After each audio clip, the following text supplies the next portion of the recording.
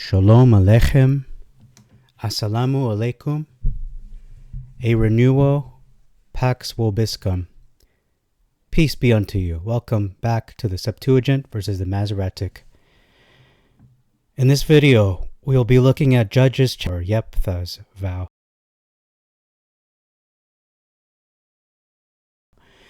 So you'll notice we don't have the usual thumbnail that just says the book and the chapter. We actually have a picture of what people think happened in this chapter, which is unfortunately a lot of people believe that Jepthah actually sacrificed his daughter. So we're going to get through this. There are 40 verses in this chapter.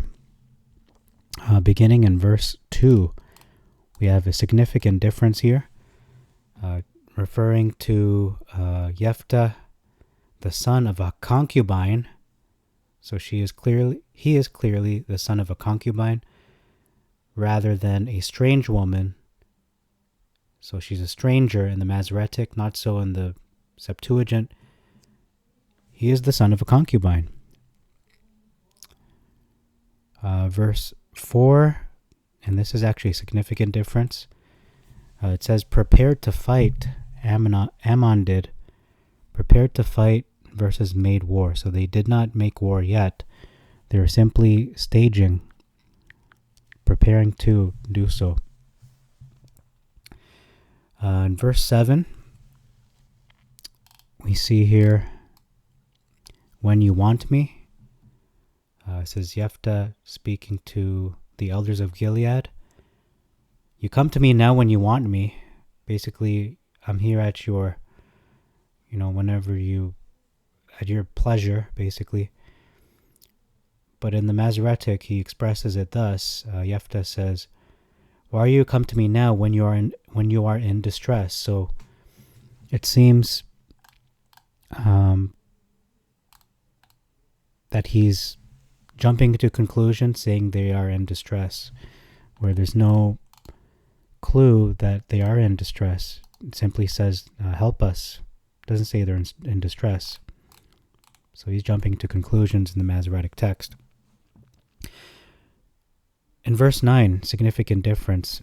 We have a statement versus a question. And Jepthah is making the statement in the Septuagint, if you turn me back to fight with the children of Ammon, and Yah or Adonai should deliver them before me, then will I be your head. So he's saying, if I do this, then this will happen. These are my conditions. In the Masoretic text, it's not a condition, it's a question. He's saying, if I do this, shall I be your head? So he sounds very unsure, whereas in the Septuagint, he's assertive. He's the one giving them the conditions. They're not creating the conditions. So we can see that the ball's in his court. Okay, the question mark in that verse 9 was actually inserted by the translator, since punctuation did not exist in the original texts, both of them. Verse 11, they call him a ruler, head and ruler versus a head and captain. Verse 12, another significant difference. What have I to do with you? So Jepthah is replying to the children of Ammon, I should say the king of Ammon. What have I to do with you? What business do I have with you? So it sounds like he is the one, he's focusing on himself, meaning he's the one responsible. He's taking accountability. He's not blaming anyone. But in the Masoretic, you can see that he's sort of blaming the king of Ammon. He's saying, what have you to do with me? Do you have a problem? Do you have a problem with me is basically what he's saying. Versus, what business do I have with you? Which sounds less confrontational, in my opinion. Okay, the tone is different. In verse 13, another significant difference. There's an omission. It says here, this is the king of Ammon's response. These are his way of negotiating. basically give us back our lands that that Israel took, and return them peaceably, and I will depart. I will leave. We're going to stop staging, preparing for war. There's nothing in the Masoretic in regards to them leaving. It just says, just give these lands peaceably. There's no exit. There's no give and take. So basically in the Septuagint, there is incentive for them to give the lands back, because they would avoid bloodshed. They would avoid war.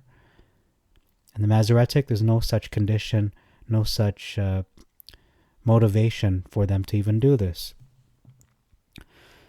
Verse 16, just a little detail here. It says here, the Sea of Sif, which is very close to the word or the translation in Hebrew of Yam Suf, which means the sea, the Red Sea, or Sea of the Extremity. However, in the Masoretic, it just says Red Sea. Okay. Verse 17, another SD, significant difference. We'll just say SD from now on, because there seems to be a lot of those. It says, saying, I will pass. This is Israel responding via Jepthah. I will pass if it pleases you, or if it please you, rather, by your land. So this is actually a big difference, but I mark it up as an SD, but you'll see it just keeps snowballing. In the Masoretic, it says, let me, I pray you.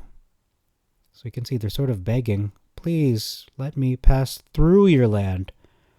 So the difference here is, rather than, let's just say, for lack of a better example, New York, if this army, whatever army it is, let's say the Canadian Army, let us, the Canadian Army, pass by New York. So then we're not going to go through New York City. We're going to go close by. Maybe New Jersey. They'll pass by New Jersey, but we won't go through New York, but let us pass by. In the Masoretic, let us pass through. So let us go through New York City, which is a lot more invasive. We can see the response of the king of what they did in verse 18. It says, encamped. They came by the east and encamped in the country beyond Arnon. Okay. So this is Israel, I believe. So they sojourned in Kadesh, sorry. So this is Israel, just to set the record straight. Israel is doing this. They're encamping in the country beyond Arnon. The Masoretic, where are they now? They are on the other side of Arnon. So in the Septuagint, they are not in Arnon because they are beyond Arnon, it's another country. In the Masoretic, they are actually in Arnon. So that's actually a big difference too. I'm going to just leave it as an SD. In verse 19, we're going to ignore that, but it's continuing that narrative of passing by versus passing through. Verse 20, this verse proves that Israel was passing near Sihon. They're passing near, not through their land. Okay, pass by his coast, not through his coast. And verse 23 to 25, initially I was uncertain who this was addressing, but when I kept reading over the verses in the chapter, this was referring to the worshippers of this god, this false Elohim, starts with a C. I'm not going to name the name. And then verse 27 implies that it is addressing the king of Ammon. And then verse 28 actually confirms that, yes, this is the king of Ammon that they are corresponding with. Okay, verse 23 to 25, this whole correspondence seems to be a dialogue or messages being sent back and forth between Jepthah, representing Israel, the kingdom of Israel, or not really kingdom yet, but the nation of Israel, and the king of Ammon. Okay, so verse 26 now, another SD. All the cities of Jordan, or I should say by Jordan, not of Jordan, all the cities by Jordan, okay, versus by the coasts of Arnon. cities. So the cities by Jordan versus the cities along by the coasts of Arnon. Two different places. 27, SD again. Preparing war. So they're not waging war yet. They're only preparing for war. In the Masoretic, they are already in war. Turns out Jepthah is recounting to the king of Ammon. If you're not really following closely, this is the narrative. Jepthah is recounting to the king of Ammon what had become of other kingdoms in the past who did not cooperate with Israel by letting them pass through peaceably. They were defeated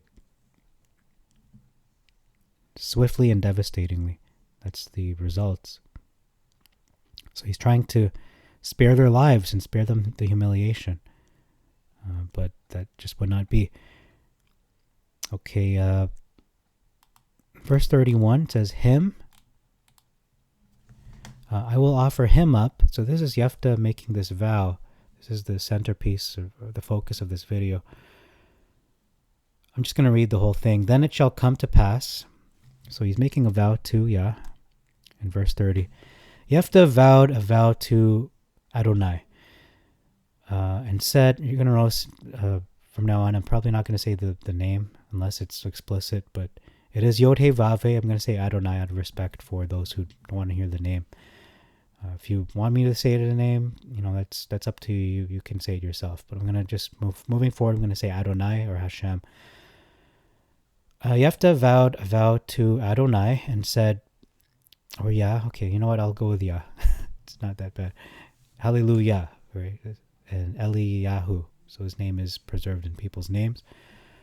So I'd either go with Yah or Adonai or Hashem. Jepthah vowed a vow to Yah and said, if you will indeed deliver the children of Ammon into my hand, then it shall come to pass that whosoever shall first come out of the door of my house to meet me, when I return in peace from the children of Ammon, he shall be Yah's. I will offer him up, him, not it, for a whole burnt offering. Notice, they also omitted whole. In verse 33, we have two different places being mentioned here. It says, he smote them from Aroer till one comes to Arnon, the river Arnon. That's what that means. The Masoretic, it doesn't say Arnon, it says to Minnith. So let's look at these two places just to make the difference. I'm going to show you the difference. What is Arnon, where it is. So the river Arnon is actually southwest, this red marker there. And you can see Nebo, Adaroth, Dibon, and Arnon is over here, very close to the Dead Sea, below Zereth Shahar, directly west of Aroer, Dibon and Aroer, but exactly west of Aroer. So this is the river Arnon, and it goes from west to east, or east to west, and kind of goes around this area here. But it is near even Sodom and Gomorrah. Okay, so that's where it's located. You can see Medeba, Ataroth, Kiryath Thaim. Let's look at Minnith, where that is believed to be located, because there's a big question mark as to where that is. So here we are, Arnon River, Dibon, Ataroth, and here, all the way up here in the northeast, is where they believe Minnith to be. Now, because this is the only place I believe that it is mentioned in all of Scripture, in the Masoretic text anyway, it's not mentioned in the Septuagint, this just might not be a place that exists. I think it's simply a translation error or an insertion, but it really is the Arnon River, which is the border of Moab, or between Moab and the Amorites. So Minnith, on the other hand, is a place located in Ammonite territory, supposedly, but we don't really know because it is a question mark. So this is the border, again, between Ammon, I should say Moab, and the Amorites. Okay, so moving on. Let's look at the next one. It says Abel Harmim versus Plain of the Vineyards. Destruction versus slaughter, very similar in any case. Verse 35, the cause of my trouble. So we can see that Jepthah came back from the battle after the victory, again, of great destruction of the children of Ammon. And he came back to the watchtower, or Mizpah in Hebrew. And it was his daughter that came forth to meet him with timbrels and dances. And very important factoid is Jepthah did not have a son. He only had a daughter, his only child. This is his only child. She's the one to carry his name, his legacy, his progenitors, his descendants. Okay, just keep that in mind. Only one child, and it's a girl. She's a girl. So we know his vow. Remember what he said. Whatever passes from his house to meet him, whoever it is, will be a whole burnt offering. That's his expression. In verse 35, we see that as a result, he rent his garments, his outer garment. He tore it to express his sadness. And he said, Ah, my daughter, thou hast indeed troubled me, and you were the cause of my trouble. And I have opened my mouth against you to Yah. I shall not be able to return from it. In the Masoretic, he expresses it this way: Alas, my daughter, you have brought me very low. So he's very sad versus troubled. You are one of them that trouble me. So you're one of them. You're not the one. In the Septuagint, she is the cause of my trouble. It's not her fault, but she doesn't know the vow that he made. So it makes more sense that, yes, she is the cause of his trouble. But thinking, logically, he's actually the cause of his own trouble. He made that vow. But she didn't help by, coincidentally being that first human being to meet him. And then the next verse, we have a question versus a statement. His daughter, Jephtah's daughter, responds, Have you opened your mouth to Yah? So she asks him a question, so the translator decided that's a question mark. It could be taken either way. It could be, if you have opened your mouth to Yah, that I'm open to that suggestion, because it really depends on your point of view, how you want to frame this scenario. And then she responds to her own question, if it is a question, do to me, maybe you're speechless, do to me according as went out of your mouth, in that Yah has worked vengeance for you. But in the Masoretic, you have opened your mouth unto Yah, do to me according. Okay, so have you opened? So it depends on how you order the sentence. Do you put have you, or you have opened? You have opened your mouth to Yah? It could be a question still. In any case, I'm open to either interpretation. But the more important part of this chapter is not whether it's a question or a statement. It is this following statement in verse 37 and verse 38. Let's just read it completely. She said to her father, Let my father now do this thing. Let me alone for 2 months, and I will go up and down on the mountains, and I will bewail my virginity, I and my companion. Sounds like female companions. And he said, Go, and he sent her away for 2 months. And she went, and her companions, and she bewailed her virginity on the mountains. And this is a Hebrew idiom. We're going to look into that just in a little bit. Came to pass, at the end of the 2 months, she returned to her father, and he performed upon her his vow which he vowed. Did he burn her as a sacrifice? No, it says she knew no man. That was the result. She stayed a virgin the rest of her life. It was an ordinance in Israel. The daughters, maybe a tradition is another way to put it, the daughters of Israel went from year to year to bewail the daughter of Jephtah, or Jephtah the Gileadite, for 4 days in a year. Okay, so what does that mean? Before we get to the meaning of bewail my virginity, let's look at Deuteronomy 18. It says here, in the Torah, Deuteronomy 18, verse 10, there shall not be found in you one who purges his son or his daughter with fire. So you cannot make a vow, as Jephtah did, and then break the Torah. Because this, doing so, is punishable by death. So Jephtah would then have to die. Because any of these things, it says here in verse 12, is an abomination to Yah.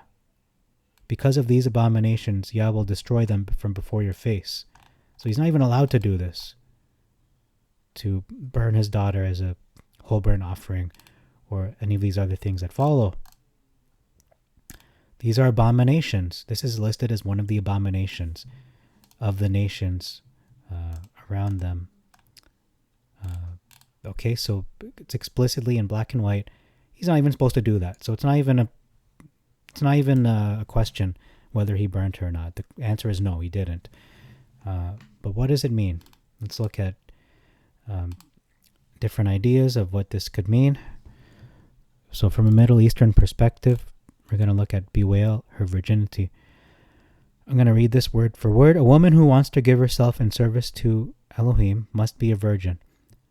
The expression bewail her virginity means that she would spend 2 months in preparation before joining herself to the temple. She would go with her close friends to see relatives and other acquaintances and say her goodbyes. So think of Samuel when he was a child. We didn't get there yet, but he was pretty much dedicated to Yah, to serve in his capacity, whatever he could do. She would also spend time with those close companions in prayer, sanctifying, consecrating herself in preparation for leaving her old life behind, to put that in, old life, and coming to the temple to give her life in service to Elohim. This she would do for 2 months. The bewailing of virginity simply means preparing to be a servant in the temple, according to this writer.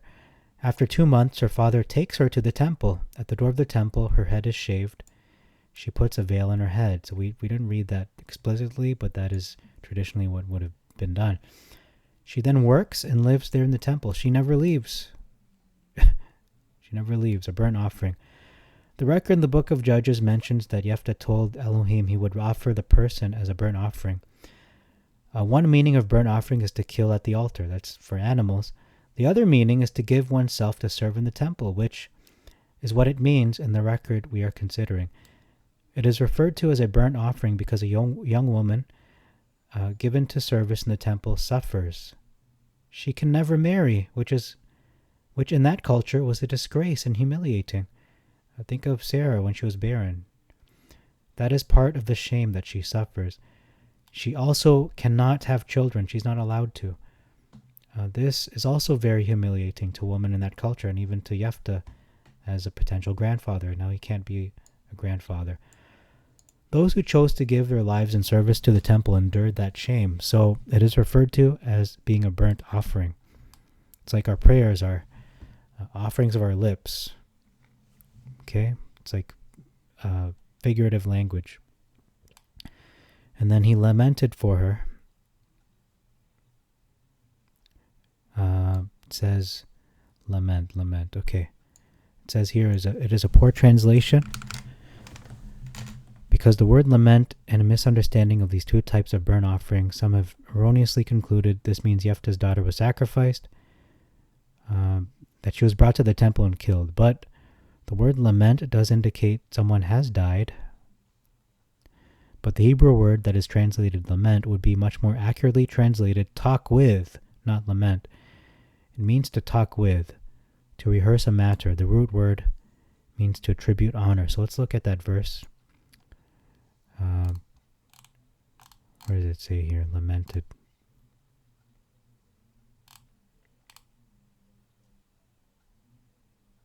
Okay, I don't see the lament word.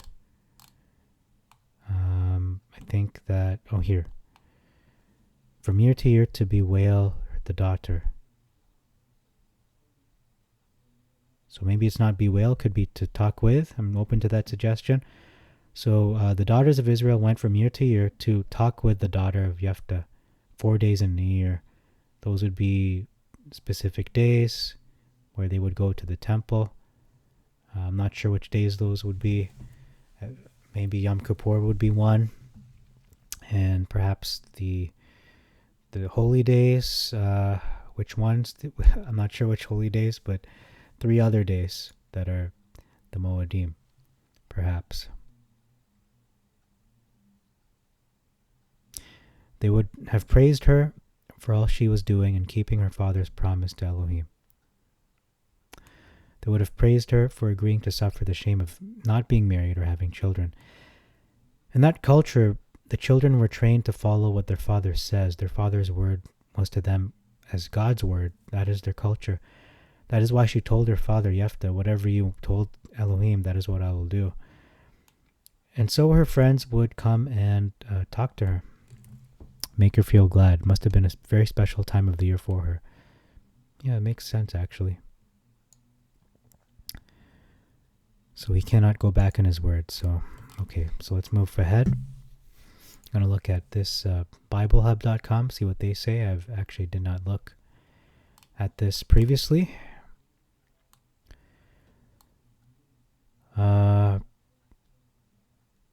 Okay, so this commentary says, the thought which was so grievous to the Hebrew maiden, young woman, was not death, but to die unmarried and childless. This is the bitterest wail of Antigone also, and the great play of Sophocles. But to Hebrew maid, the pang would be more bitter, because the absence of motherhood cut off from her, in this instance from her house, the house of Jepthah, the hopes which prophecy had cherished. Josephus makes the expression mean no more than to bewail her youth. Going up and down the mountains, she chose a solitary place, fit for lamentation. I shall die childless, which was esteemed both a curse and a disgrace to the Israelites, because such were excluded from that great privilege of increasing the holy seed of Israel, contributing to the birth of the Messiah, possibly. Yeah, that makes sense. Okay, so I'm going to end that there. And here's an answer from Korah I found kind of humorous. To the question, what does it mean to bewail one's virginity? And this person explains it in a modern vernacular way. Basically, cry your eyes out once it loads. Cry because you're going to stay a virgin for life, essentially, is what they said. I'm paraphrasing, but where's the answer there? This means to cry for never ever going to have sex. In other words, it denotes to lament because one is to be a perpetual virgin for life till death, basically. Okay, so that's essentially what that means, okay? And I hope that answers people's questions about this chapter. The focus of this chapter was pretty much that topic, because it seems to be a big question in regards to this chapter. And so for this video, I don't know if you can see this at all, but here's a picture we might use, that one. Or this one, which is a little more shocking. What people probably thought happened, human sacrifice, which is, again, is abomination to Yah, and just is a hard no. That's not what happened. So thank you very much for your time. Till next time, we'll look at Judges 12. And initially I said we would finish this book at the end of this week. Actually, I made a mistake. I meant to say at the end of the 21-day fasting and prayer for Israel that people are doing, the Isaiah 62 fast, which actually ends, that's 21 days from the 7th, so that would be the 28th. So we should finish this book by May 28th. So in 13 days from now, we still have roughly 10 chapters to go. So I will probably take a break because I want to do a video a day for the remaining 7 days leading up to the 28th, meaning we'll get up to Judges 14, I'm thinking, by the end of the week, or before the end of the week, whenever that happens. So that's the plan moving forward. This is Judges 11. Thank you again for your time, ladies and gentlemen. Until next time, Shalom Aleichem, Salamu Alaikum, a renewal, Pax Vobiscum. It's funny, two of those languages, people don't actually, Latin, I don't think anyone speaks Latin. I'm going to say it anyway. And peace be unto you. Till next time, we'll look at Judges chapter 12. Maranatha.